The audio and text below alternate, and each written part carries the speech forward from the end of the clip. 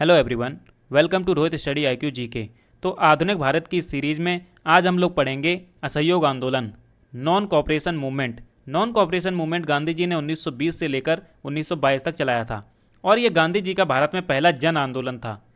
अगर बात करें, इस आंदोलन में गांधी जी को भारत की जनता का भरपूर सहयोग मिला, चाहे वो कोई भी वर्ग हो, चाहे हिंदू, मुस्लिम, मजदूर, व्यापारी, किसान, महिलाएं, नौजवान, सबका सहयोग गांधी जी को मिला। फिर ऐसी क्या घटना हुई कि 1922 में गांधी जी को ये आंदोलन वापस करना पड़ा।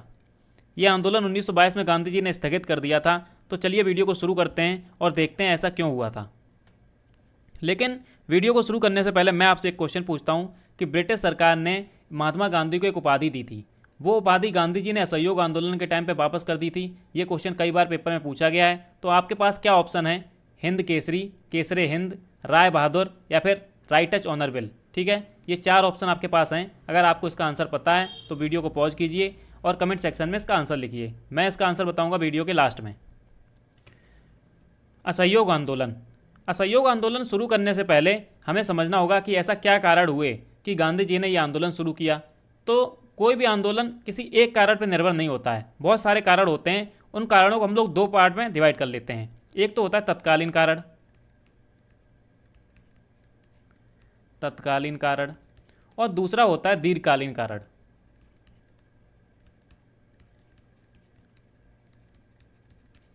तत्कालीन कारण कौन से? रीसेंट कॉजेस, जो हाल ही में तुरंत कोई कारण हुआ हो जिसकी वजह से लोग गुस्से में आ गए हों और आंदोलन प्रारंभ कर दिया हो। और दूसरा होता है दीर्घकालीन कारण, जो पहले से लोगों के कारण चले आते हों, जिससे लोग परेशान हो और उससे आंदोलन का एक रूप ले लिया हो। ठीक है, तो दीर्घकालीन कारण क्या हो सकता है? वर्ल्ड वॉर, प्रथम विश्व युद्ध जो था। ठीक है, फर्स्ट वर्ल्ड वॉर लिख दे रहा हूं मैं। ठीक है, तो फर्स्ट वर्ल्ड वॉर जो थी ये कारण बनी। ये कारण कैसे बनी? क्योंकि फर्स्ट वर्ल्ड वॉर के कारण देश में महंगाई बहुत ज़्यादा बढ़ गई थी। देश में आयात निर्यात हो नहीं पा रहा था, इसलिए महंगाई लगातार बढ़ती गई। तो एक कारण तो ये हो गया, महंगाई। और दूसरा कारण क्या था? जब फर्स्ट वर्ल्ड वॉर में हम लोगों ने अंग्रेज़ों का साथ दिया, उसके बाद भी अंग्रेज़ों ने हम लोगों का शोषण करना बंद नहीं किया, टैक्स बढ़ा दिया, महंगाई बढ़ गई, जलियांवाला बाग हत्याकांड हो गया, तो लोग बहुत ज़्यादा परेशान थे। तो ये एक मेजर कारण बना। ठीक है, फर्स्ट वर्ल्ड वॉर। अब दूसरा कारण क्या बन रहा, जो तत्कालीन कारण था? जलियांवाला बाग हत्याकांड। आप लोग जानते हैं कि जलियांवाले बाग में 20,000 लोग भीड़ इकट्ठी थी और जनरल डायर ने उन पर गोलियां चलाईं। बहुत सारे लोग मारे गए, बहुत सारे लोग घायल हुए। उसके बाद भी जनरल RES डायर को उपाधियां दी गई, ब्रिटिश साम्राज्य का शेर बताया गया, स्वॉर्ड ऑफ ऑनर दिया गया, जिससे लोगों में आक्रोश भर गया। पूरी तरीके से लोग चाहते थे कि ये जनरल डायर को इसको सज़ा मिलनी चाहिए। ठीक है, तो इसके लिए लोगों में जोश था, उत्साह था, एक आंदोलन करने के लिए बिल्कुल तैयार थे। और तीसरा कारण क्या हो सकता है कि रॉलेट सत्याग्रह जो चल रहा था वो बंद हो गया। रॉलेट सत्याग्रह क्यों बंद हो गया? क्योंकि जलियांवाला बाग हत्याकांड हो गया 13 अप्रैल 1919।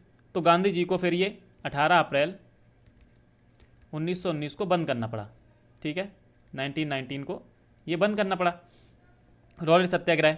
तो इसके लिए भी लोग चाहते थे रॉलेट सत्याग्रह बंद हो गया कि कोई आंदोलन चलाया जाए। ठीक है, और जो लास्ट पॉइंट है वो है खिलाफत आंदोलन। खिलाफत आंदोलन में गांधी जी मुसलमानों का साथ दे रहे हैं। खलीफा की पुनः स्थापना के लिए गांधी जी मुसलमानों का साथ दे रहे थे। तो असहयोग आंदोलन में कई मुसलमानों ने साथ दिया, जैसे अबुल कलाम आज़ाद,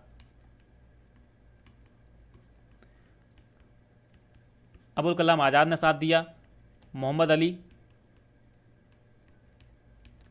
शौकत अली,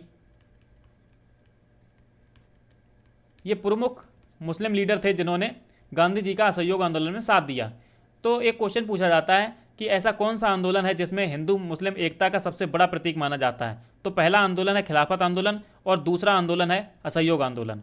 ठीक है, फिर क्या होता है?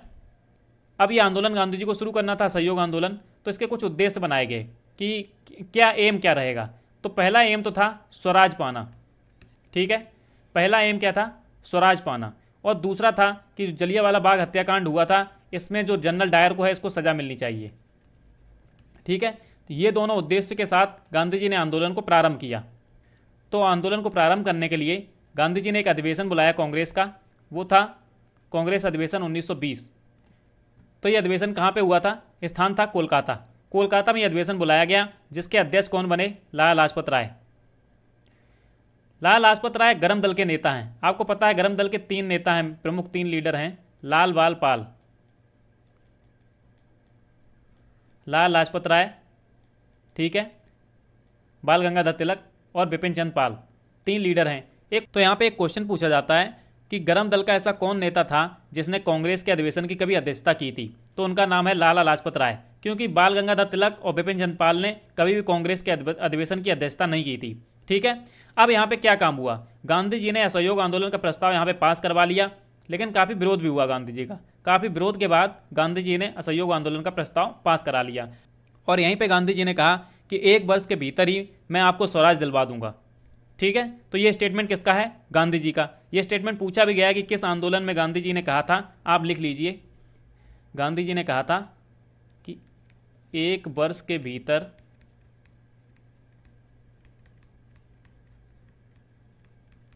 स्वराज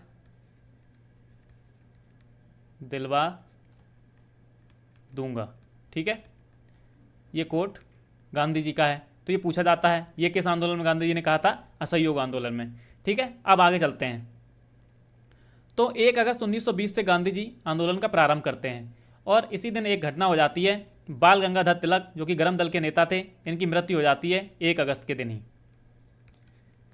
लेकिन बाल गंगाधर तिलक ने अपनी मृत्यु से पहले गांधी जी को इस आंदोलन को चलाने की स्वीकृति दे दी थी। ठीक है, तो फिर आंदोलन को प्रारंभ किया जाता है और गांधी जी जैसा हमेशा की तरह आंदोलन को प्रारंभ करने से पहले कुछ नियम और शर्तें बताते थे। तो इसमें भी गांधी जी ने कुछ शर्तें रखी और बहिष्कार, गांधी जी ने कहा कि हमें इन चीज़ों का बहिष्कार करना होगा। उनकी गांधी जी ने एक लिस्ट बनाई। ठीक है, तो गांधी जी ने क्या क्या शर्तें रखी, उससे पहले आप एक चीज़ समझ लीजिए, असहयोग। असहयोग शब्द का मतलब क्या होता है? जैसे मान लीजिए भारत सरकार ने कहा कि कल भारत बंद रहेगा। ठीक है, तो अगर हम भारत सरकार की बात मानते हैं, भारत सरकार ने कहा कि भारत बंद रहेगा, तो कल अगर हम दुकानें नहीं खोलेंगे, अपनी मार्केट में नहीं जाएंगे, ठीक है, तो हम सरकार की बात मान रहे हैं, मतलब हम सरकार का सहयोग कर रहे हैं। ठीक है, अगर सरकार ने कहा कल भारत बंद रहेगा, फिर भी हम जाके मार्केट में घूम रहे हैं, टहल रहे हैं, मार्केट खोल रही है, मार्केट खोल लिया गया, दुकानें खुली हुई हैं, मतलब तो हम भारत सरकार का सहयोग नहीं कर रहे हैं, मतलब फिर असहयोग कर रहे हैं। आई होप आपको असहयोग का मतलब समझ में आ गया होगा। तो गांधी जी ने बोला कि हम सरकार के साथ सहयोग नहीं करेंगे और सरकार की बहुत सारी चीज़ों को बहिष्कार करेंगे। ठीक है, जैसे सरकारी स्कूल, सरकारी कॉलेज, सरकारी शिक्षा हम प्राप्त नहीं करेंगे। तो एक क्वेश्चन पूछा जाता है कि सर्वाधिक स्कूल कहाँ पे बहिष्कृत किए गए, मतलब सर्वाधिक स्कूल कहाँ छोड़े गए? तो सबसे ज़्यादा स्कूल छोड़े गए थे, सबसे ज़्यादा की बात करें तो वो छोड़े गए थे बंगाल में, और बंगाल के बाद पंजाब में। और सबसे कम कहाँ छोड़े गए? सबसे कम छोड़े गए थे मद्रास में। ठीक है, तो बंगाल में सर्वाधिक स्कूल छोड़े गए थे, पंजाब में सबसे कम, तो बंगाल में सबसे ज़्यादा स्कूल छोड़े गए, तो उसके बाद पंजाब में, और सबसे कम स्कूल मद्रास में छोड़े गए थे। तो ये क्वेश्चन बन जाता है। अब लोगों ने कहा कि अगर हम स्कूल छोड़ देंगे तो हमारे बच्चे कहाँ पढ़ेंगे?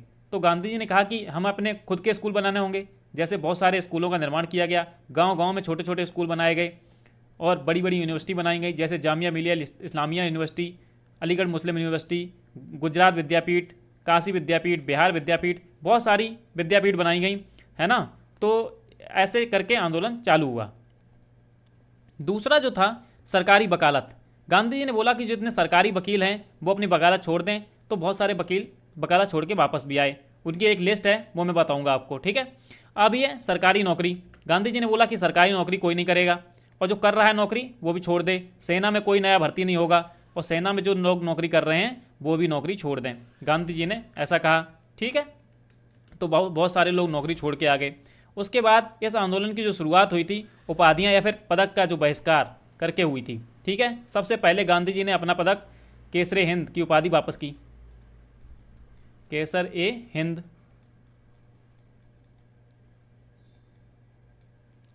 केसरे हिंद की उपाधि गांधी जी ने इसी आंदोलन के टाइम पे वापस की। ठीक है, और 5वां पॉइंट, विदेशी वस्तुओं का बहिष्कार। गांधी जी ने बोला कि विदेशी वस्तुएं जो हैं उनका बहिष्कार होना चाहिए, चाहे विदेशी कपड़े कोई नहीं पहनेगा, सब लोग खादी पहनेंगे। ठीक, फिर छठा पॉइंट ये था, गांधी जी ने कहा कि कोई भी दमनकारी कानून का बहिष्कार हम करेंगे, जैसे रॉलेट एक्ट जैसे कानूनों का हम बहिष्कार करेंगे, विदेशी सेवाएं कोई नहीं लेंगे, सरकारी कार्यालयों में नहीं जाएंगे और न्यायालय का बहिष्कार करेंगे। न्यायालय के स्थान पर गांधी जी ने कहा कि हम पंचायतों का प्रयोग करेंगे।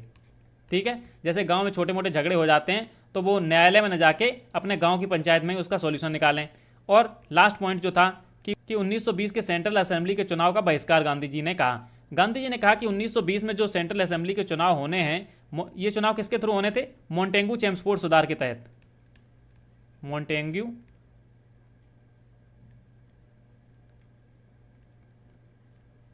चेम्सफोर्ड सुधार के तहत भारत में पहली बार चुनाव होने थे 1920 में। तो गांधी जी ने कहा कि इस चुनाव से हम बहिष्कार करेंगे इन चुनाव का, इसमें कांग्रेस भाग नहीं लेगी। लेकिन गांधी जी के खिलाफ यहाँ पे दो लोग हो गए। वो दो लोग कौन थे? मोतीलाल नेहरू और दूसरे व्यक्ति कौन थे? चित्तरंजन दास, CR दास। इन दोनों लोगों का मानना था कि क्यों ना हम वहाँ पे सेंट्रल असेंबली में जाके और अंग्रेज़ों के जो बिल आएंगे उन बिलों का विरोध करें, तो वहाँ से भी तो हम बहिष्कार कर सकते हैं। लेकिन गांधी जी जो चाहते थे कि पूर्ण बहिष्कार हो, तो गांधी जी ने फिर इन लोगों को मना लिया कि अभी आप मान जाइए कि अभी आप चुनाव में भाग मत लीजिए, हमें पूर्ण बहिष्कार करना चाहिए। ठीक है, तो ये लोग मान गए। लेकिन एक व्यक्ति जो थे वो, उन्होंने गांधी जी की बात नहीं मानी। उनका नाम क्या था? सुरेंद्र नाथ बनर्जी। ठीक है, सुरेंद्र नाथ बनर्जी जो थे, इन्होंने गांधी जी की नहीं बात मानी और इन्होंने एक पार्टी इनकी थी। कौन सी पार्टी थी? National liberal party. अगर पूछा जाए ये पार्टी इन्होंने कब बनाई थी, तो 1918 में। सुरेंद्र नाथ बनर्जी की पार्टी थी नेशनल लिबरल पार्टी, और ये पार्टी इन्होंने 1918 में बनाई थी। इस पार्टी ने इस चुनाव में भाग लिया था। ठीक है, तो एक क्वेश्चन पूछा जाता है कि असहयोग आंदोलन में कौन सी पार्टी ऐसी थी जिसने गांधी जी के रोकने के बावजूद भी चुनाव में भाग लिया था? तो वो थी नेशनल लिबरल पार्टी। ठीक है, अब ये तो सारे नकारात्मक काम हो गए। ठीक, गांधी जी ने कहा ये सारे नकारात्मक काम हो गए। अब गांधी जी ने कुछ पॉजिटिव कामों की लिस्ट भी बनाई। ये तो सब बहिष्कार करने वाले काम हो गए, अब अपने देश के लिए भी तो गांधी जी कुछ करेंगे। तो 18 पॉजिटिव कामों की लिस्ट बनाई गांधी जी ने। अब जैसे उनमें से कौन कौन था? हिंदू मुस्लिम एकता। ठीक है, कौमी एकता जिसको बोलते हैं, हिंदू मुस्लिम एकता। गांधी जी ने कहा कि हिंदू मुस्लिम एकता पे हमें जोर देना होगा, शिक्षा पे हमें जोर देना होगा, और पर्यावरण, स्वच्छता, और क्या कहा गांधी जी ने? स्वच्छता और कुष्ठ रोगियों की सेवा।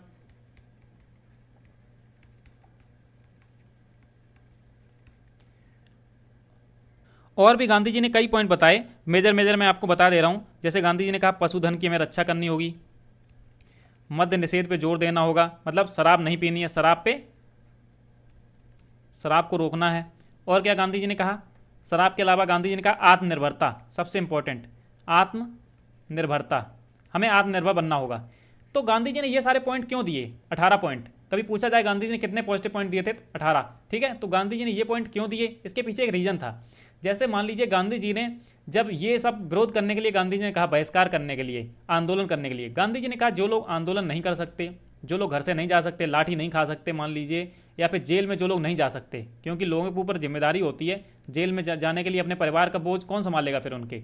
ठीक है, तो गांधी जी ने कहा कि आप हिंदू मुस्लिम एकता पे काम करिए, शिक्षा पे काम करिए, स्वच्छता पे जाओ, गाँव की सफाई करिए, है ना। गांधी जी ने बहुत काम बांट दिए कि जाओ आप पशुधन की रक्षा करो, शराब की दुकानों पर धरना दो, कम से कम इतना तो कर ही सकते हो, रोगियों की सेवा कर सकते हो। तो गांधी जी के इस निर्णय से प्रत्येक व्यक्ति जो गांव में रह रहा हो, चाहे शहर में रह रहा हो, महिलाएं पुरुष सब, ठीक है, सब लोग आंदोलन से जुड़ गए। और आंदोलन से जुड़ने के बाद सब लोग अपने आप में एक गर्वान्वित महसूस कर रहे थे। क्यों कर रहे थे? क्योंकि उनको लग रहा था कि हम भी भारत की आज़ादी में सहयोग दे रहे हैं, हम भी आंदोलन से जुड़े हुए हैं। चाहे वो स्वच्छता का काम कर रहा है, वो भी, उसको भी लग रहा था कि वो आंदोलन से जुड़ा हुआ है। ठीक है, आई होप मैं आपको बात समझा पा रहा हूँ। चलिए अब आगे चलते हैं। तो अब जब गांधी जी आंदोलन का प्रारंभ करते हैं तो गांधी जी का विरोध होता है। तो विरोध सबसे पहले कौन करता है? मोहम्मद अली जिन्ना। मोहम्मद अली जिन्ना कहते हैं कि जो खिलाफत और असहयोग आंदोलन दोनों एक साथ चल रहे हैं, इससे हमें आपत्ति है। बोले क्यों आपत्ति है आपको? कि मुझे आपत्ति इसलिए है, खिलाफत एक धार्मिक मूवमेंट है, इसमें हम खलीफा की स्थापना के लिए आंदोलन कर रहे हैं। और असहयोग जो है ये एक राजनीतिक मूवमेंट है, एक राजनीतिक आंदोलन है। तो मतलब गांधी जी जो धार्मिक आंदोलन है इसकी सहायता ले रहे हैं राजनीतिक आंदोलन के लिए, और मुसलमानों का गांधी जी गलत फायदा उठा रहे हैं, ये इनकी आपत्ति थी। दूसरी आपत्ति जो थी वो रविन्द्रनाथ टैगोर को थी। रविन्द्रनाथ टैगोर कहते थे कि विदेशी कपड़ों को जलाना एक निष्ठुर बर्बादी है। ये कोट रविन्द्रनाथ टैगोर का पेपर में कई बार पूछा गया, तो आप याद रखिएगा। रविन्द्रनाथ टैगोर ने कहा था विदेशी कपड़ों को जलाना एक निष्ठुर बर्बादी है। रविन्द्रनाथ टैगोर ने कहा था कि ये अविवेक का कार्य है, कोई अपने विदेशी कपड़ों को क्यों जला सकता है, जो कपड़े हम जिस पे पैसे वेस्ट मतलब खरीद चुके हैं उनको वेस्ट क्यों करें, है ना। तो रविन्द्रनाथ टैगोर का ये कहना था। और तीसरी आपत्ति थी मोतीलाल नेहरू को, मोतीलाल नेहरू और चित्तरंजन दास को। इन लोगों ने कहा कि सेंट्रल असेंबली के जो चुनाव हैं इसमें बहिष्कार नहीं करना चाहिए, हमें चुनाव में भाग लेना चाहिए। ठीक है, अब आगे चलते हैं। चौथे व्यक्ति जो थे सुरेंद्रनाथ बनर्जी। सुरेंद्रनाथ बनर्जी को भी यही आपत्ति थी कि चुनाव में भाग लेना चाहिए। तो इनकी एक पार्टी थी नेशनल लिबरल पार्टी, जो उन्होंने 1918 में बनाई थी और इसने चुनाव में भाग लिया था। ये बात मैं आपको बता चुका हूँ।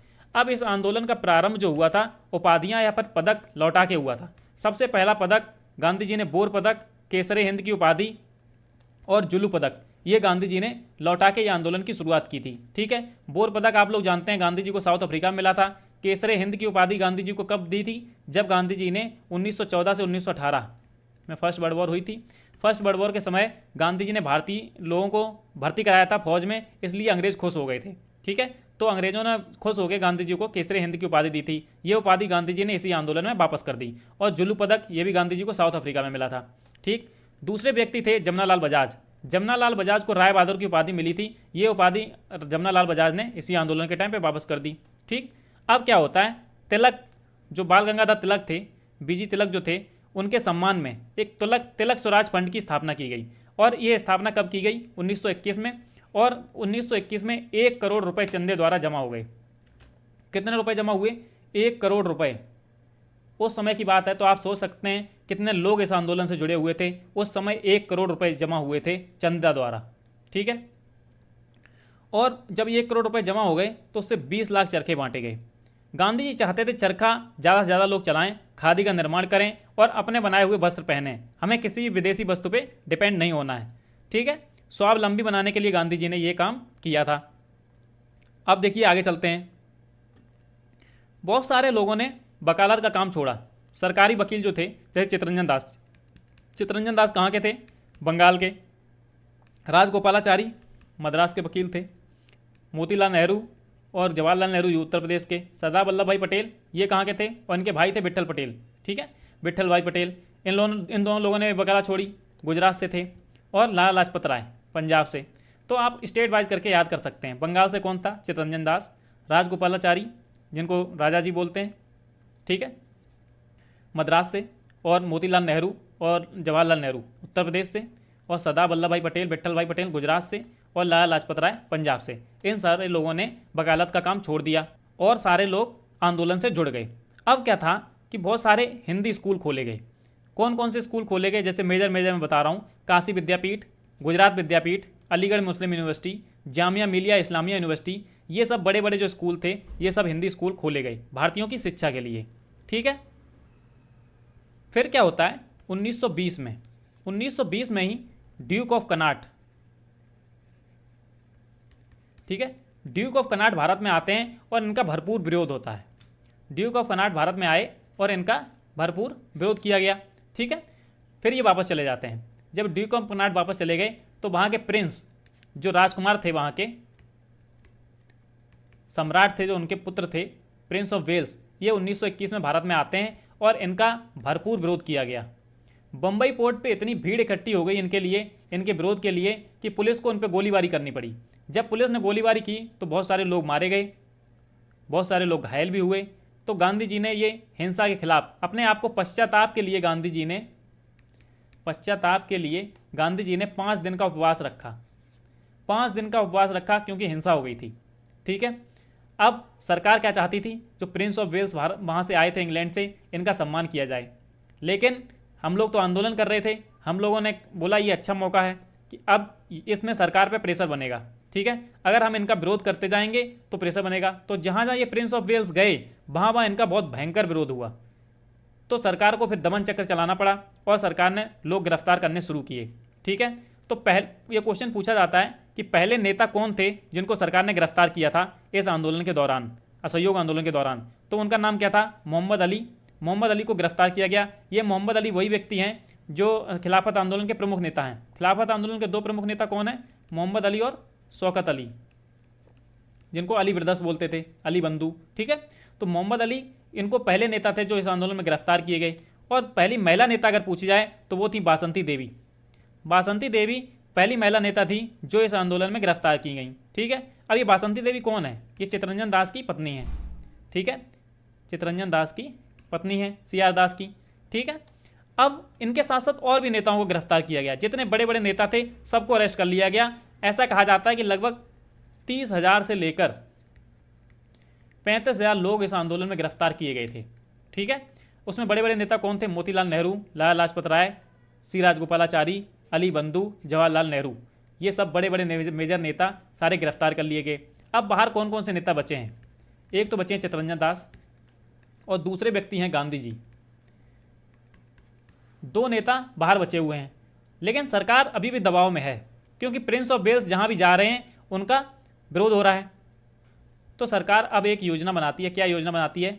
वॉयसराय कौन था? वॉयसराय था रीडिंग। ठीक है, रीडिंग उस टाइम पे वॉयसराय था। अब इसी वॉयसराय की कार्यकारिणी में एक सदस्य थे, लॉ मेंबर, उनका नाम था तेज प्रताप सप्रू। ये भारतीय थे। ठीक है, तो सरकार इनसे कहती है कि आप गांधी जी से बात करिए और हमारे बीच में मध्यस्थता कराइए। रीडिंग इनसे कहता है तेज प्रताप सप्रू से कि गांधी जी से बात करिए, हमारे बीच में मध्यस्थता कराइए। तो तेज प्रताप सप्रू के माध्यम से गांधी जी से रीडिंग कहता है कि अगर आप प्रिंस ऑफ वेल्स का सम्मान करें, प्रिंस ऑफ वेल्स का विरोध करना बंद कर दें, तो जितने भी राजनीतिक बंदी हैं उन्हें हम छोड़ देंगे और आपके साथ एक मीटिंग करेंगे, मीन्स गोलमेज सम्मेलन करेंगे। ठीक है, तो ये बोलता है कि गोलमेज सम्मेलन करेंगे आपके साथ गांधी जी से, और एक शर्त रख देता है। ये कहता है कि लेकिन अली ब्रदर्स जो हैं उनको नहीं छोड़ा जाएगा, अली बंधु को नहीं छोड़ा जाएगा। अब इसमें इसकी क्या राजनीति थी? अगर मुस्लिमों को हम नहीं छोड़ते हैं तो जितने मुस्लिम नेता गांधी जी का साथ दे रहे हैं वो गांधी जी के खिलाफ हो रहेंगे। ठीक है, यही प्लान था इसका। लेकिन इस बात को एक्सेप्ट कौन कर लेता है? जो चित्तरंजन दास थे, इसकी जो बात थी रीडिंग की, इसको एक्सेप्ट कर लेते हैं। चित्तरंजन दास कहते हैं कि सरकार हमारे सामने झुक गई है तो हमें उनकी बात सुननी चाहिए। लेकिन गांधी जी इस बात को रिजेक्ट कर देते हैं। गांधी जी ने कहा कि आप पहले तो गोलमेज सम्मेलन की डेट बताइए कि किस दिन आप मेरे साथ मीटिंग कर रहेंगे, और दूसरी बात, अली बंधुओं को क्यों नहीं छोड़ा जाएगा। गांधी जी जानते थे कि अगर हम प्रिंस ऑफ वेल्स का सम्मान करने लगेंगे तो प्रिंस ऑफ वेल्स जब चले जाएंगे उसके बाद सरकार का हमसे काम निकल जाएगा। फिर सरकार क्यों छोड़ेगी? अली बंधुओं को नहीं छोड़ेगी, ना हमारे साथ कोई मीटिंग करेगी, क्योंकि पहले भी ऐसे ही गांधी जी जानते थे अंग्रेजों की नीतियां। फिर गांधी जी की ये बात समझ जाते हैं कौन? चित्तरंजन दास। ये कहते हैं हाँ गांधी जी जो कह रहे हैं वो सही कह रहे हैं, मैं यहाँ पे गलत हूँ। ठीक है, तो चित्तरंजन दास ये बात मान जाते हैं गांधी जी की, और गांधी जी इस रीडिंग के ऑफर को रिजेक्ट कर देते हैं। तो अब क्या होता है? चित्तरंजन दास और एक व्यक्ति और, Abul Kalam Azad,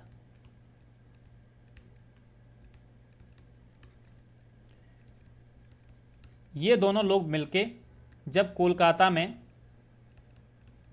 Prince of Wales जाते हैं, कौन? ये प्रिंस ऑफ वेल्स, ये कोलकाता में जाते हैं तो ये दोनों लोग मिलके उनका विरोध करते हैं, प्रिंस ऑफ वेल्स का। ठीक है, तो फिर ये चित्तरंजन दास, इनको भी अरेस्ट कर लिया जाता है, इनको 6 महीने और अबुल कलाम आज़ाद को 1 साल की सज़ा सुनाई जाती है। ठीक है, इन दोनों लोगों को सज़ा सुनाई दी जाती है। अबुल कलाम आज़ाद जो थे ये तो कोर्ट में ही नहीं गए। इन्होंने क्या कहा कि मैं कोर्ट में नहीं जाऊँगा, बस पत्र लिख के भिजवा दिया, आपको जो सज़ा देनी है दे दीजिए। तो इनको 1 साल की सज़ा दे दी गई और इनको 6 महीने की। ठीक है, जब ये दोनों लोग अरेस्ट हो गए फिर कांग्रेस का एक अधिवेशन होता है, अहमदाबाद अधिवेशन, जो कि 1921 में हुआ था, और इसके अध्यक्ष कौन थे? चित्तरंजन दास। लेकिन चित्तरंजन दास तो अभी जेल में है। अभी मैंने बताया कोलकाता में जब ये विरोध कर रहे थे तो इनको जेल में डाल दिया गया। ठीक है, लेकिन चित्तरंजन दास जेल में थे, तो क्वेश्चन ये पूछा जाता है कि चित्तरंजन दास के स्थान पे इस अधिवेशन की अध्यक्षता किसने की थी। उनका नाम था हकीम अजमल खां। हकीम अजमल खान को इस अधिवेशन का अध्यक्ष बनाया गया और इस अधिवेशन में खास किसके लिए था, खादी को विशेष महत्व दिया गया था। यहाँ पे जितने भी नेता आए थे, जितने भी बड़े बड़े नेता आए थे, सब खादी पहने हुए थे, बस एक व्यक्ति को छोड़कर। वो कौन था, जिन्ना।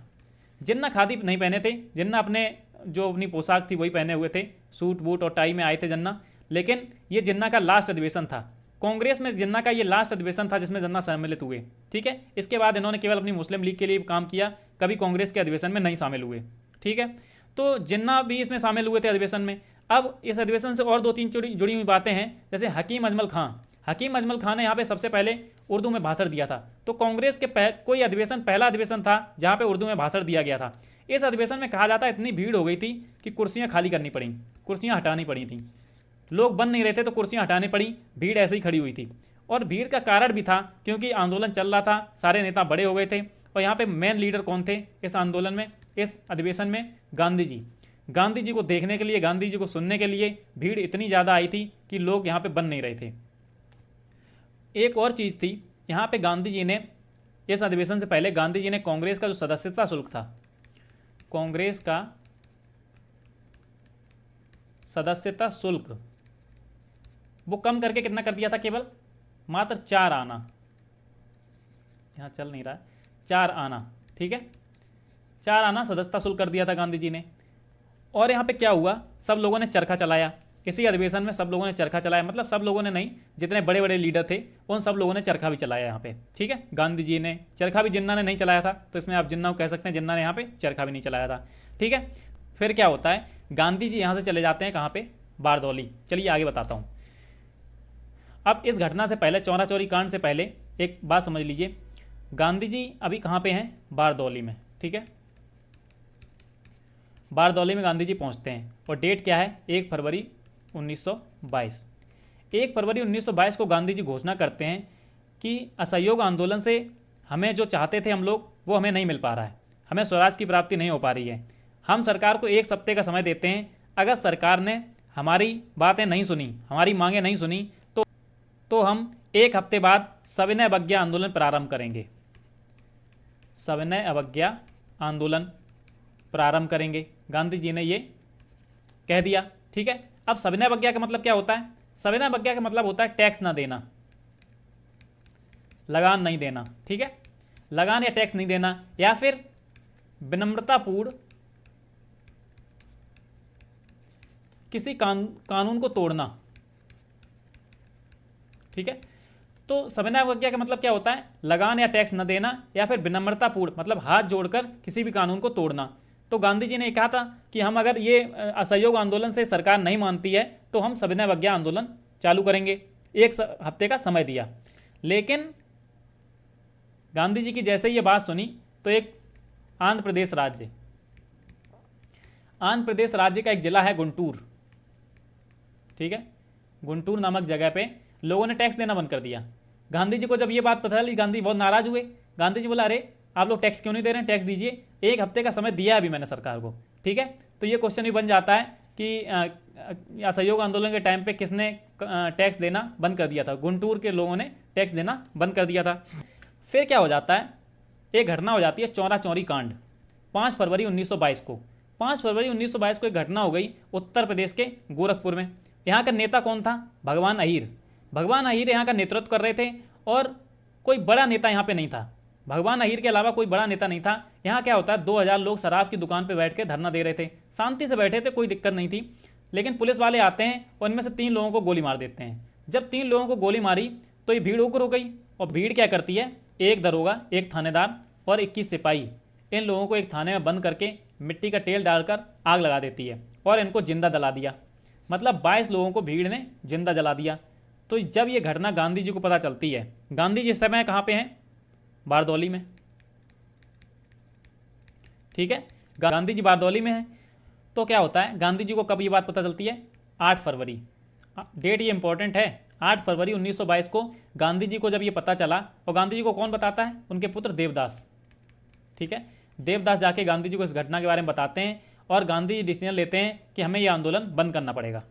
तो 12 फरवरी 1922 को गांधी जी आंदोलन को स्थगित कर देते हैं।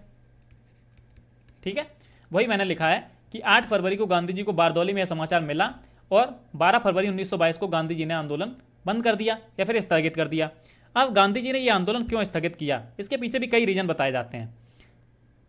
गांधी जी का मानना था कि ये हमला जो हुआ है सरकार पे हमला हुआ है, नंबर बड़ा है, 22 पुलिस वालों को मारा गया है।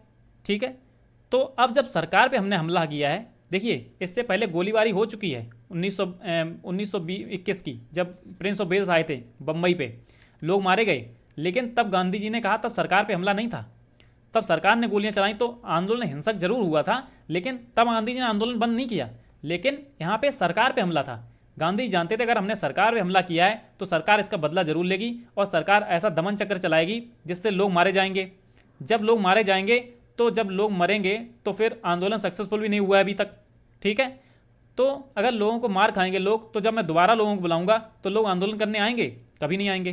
तो गांधी जी को ये बात पता थी कि अगर इन लोगों का हौसला टूट जाएगा, ठीक, और मैं दोबारा जब बुलाऊंगा तो ये लोग कभी नहीं आएंगे, तो इस वजह से गांधी जी ने आंदोलन को बंद कर दिया। ठीक है, गांधी जी जानते थे कि मेरा अब इसमें विरोध बहुत ज़्यादा होगा। गांधी जी ने सोचा कि अगर मैं अपने ऊपर ले लूँगा पूरा, तो कम से कम लोग ये तो सोचेंगे कि अगर गांधी जी ने मना नहीं किया होता, मान लीजिए अगर गांधी जी ने मना नहीं किया होता तो बस हम जीत ही जाते, लोगों में उत्साह बिल्कुल बना रहेगा, उत्साह कभी बंद नहीं होगा और लोग मार खाने से बच जाएंगे। तो गांधी जी ने ये डिसीजन इसीलिए लिया था आंदोलन बंद करने का। ठीक है, अब विरोध करने वाले तो विरोध करेंगे, गांधी जी जानते थे, तो विरोध गांधी जी का हुआ भी। जैसे मोतीलाल नेहरू ने गांधी जी को पत्र लिख के बोला कि कश्मीर के किसी गांव का एक ऐसा व्यक्ति, ये अहिंसा लिखा है कि कश्मीर का कोई व्यक्ति अगर अहिंसा का पालन नहीं करता तो क्या उसकी सज़ा कन्याकुमारी को दोगे? मतलब चौरा चौरी में जो घटना हुई उसकी वजह से आप पूरे देश को सज़ा क्यों दे रहे हैं? मोतीलाल नेहरू का कहना यह था। सुभाष चंद्र बोस ने कहा कि डिक्टेटर का फरमान मान लिया गया है। ऐसे ही अबुल कलाम आज़ाद ने कहा महान भूल। अबुल कलाम आज़ाद ने इस गांधी जी के डिसीजन को महान भूल बताया।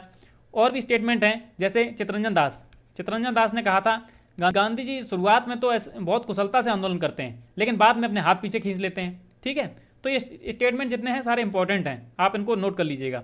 ठीक, अब क्या होता है, ऑफिशियली काम होता था जो कांग्रेस में था, तो 24 फरवरी 1922 को गांधी जी दिल्ली में जाते हैं और दिल्ली में गांधी जी अखिल भारतीय कांग्रेस समिति की एक मीटिंग होती है, वहाँ असहयोग आंदोलन का जो प्रस्ताव होता है इसको वापस कर देते हैं। तो इस मीटिंग का अध्यक्ष कौन था? हकीम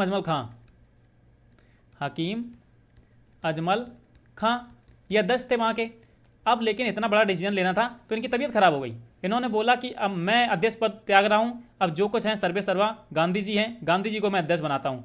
तो गांधी जो डिसीजन लेंगे वो उचित लेंगे। फिर ये प्रस्ताव तो गांधी जी का पास हो जाता है, लेकिन फिर क्या होता है, गांधी जी के खिलाफ एक निंदा प्रस्ताव पारित किया जाता है। वो निंदा प्रस्ताव कौन लाता है? डॉक्टर मुंजे जो थे गांधी जी के खिलाफ एक निंदा प्रस्ताव लेके आते हैं और निंदा प्रस्ताव में ये पास नहीं हो पाता है।